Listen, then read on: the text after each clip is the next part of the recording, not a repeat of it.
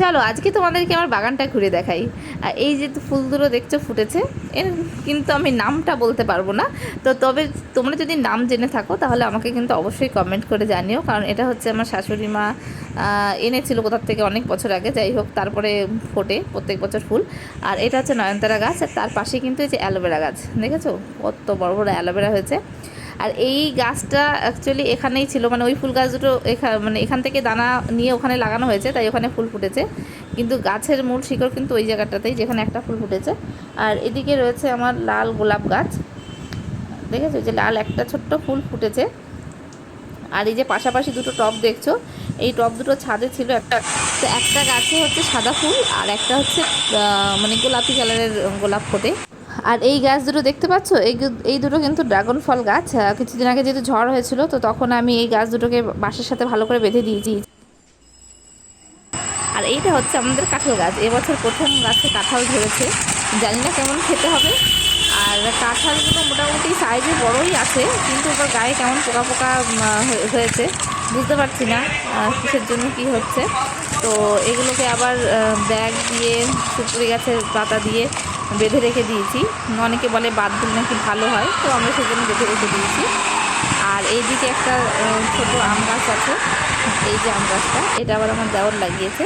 আর এই যে আম গাছটা দেখতে পাচ্ছ, এটা কিন্তু আমার হাতের আম গাছ, এটা হচ্ছে আম্রপালি আম গাছ।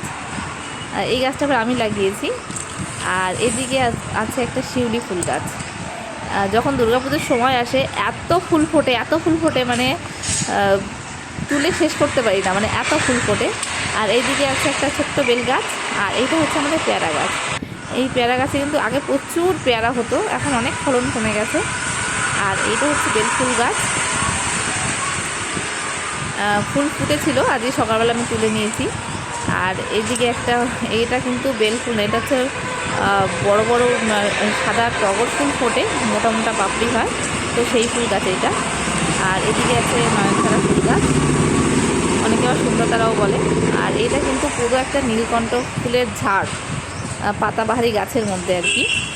আর এদিকে হচ্ছে অনেকটা মানে জায়গা জুড়ে অ্যালোভেরা গাছ, এখানে অনেকগুলো অ্যালোভেরা গাছ আছে।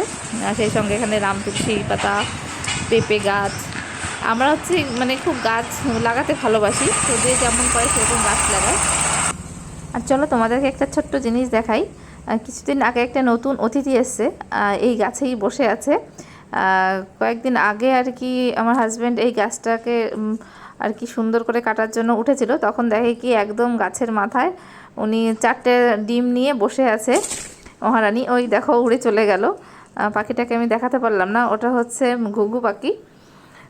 তো জানি না বাড়িতে ঘুঘু পাখির বাসা থাকলে কেমন হয়। তো বাবা বললো যে বাসাটা কি ভেঙে ফেলবো, 4টে ডিম আছে। আমি বললাম না, ওটা ভেঙো না, আর গাছটা কাটারও দরকার নেই, ওটা ওখানে থাক।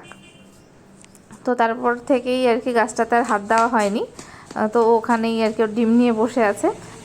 তো এটাই কিন্তু আমাদের বাড়ির ছোট্ট বাগান। তো বাগানটা তোমাদের কেমন লাগলো আমাকে কিন্তু অবশ্যই কমেন্ট বক্সে তোমরা জানাবে।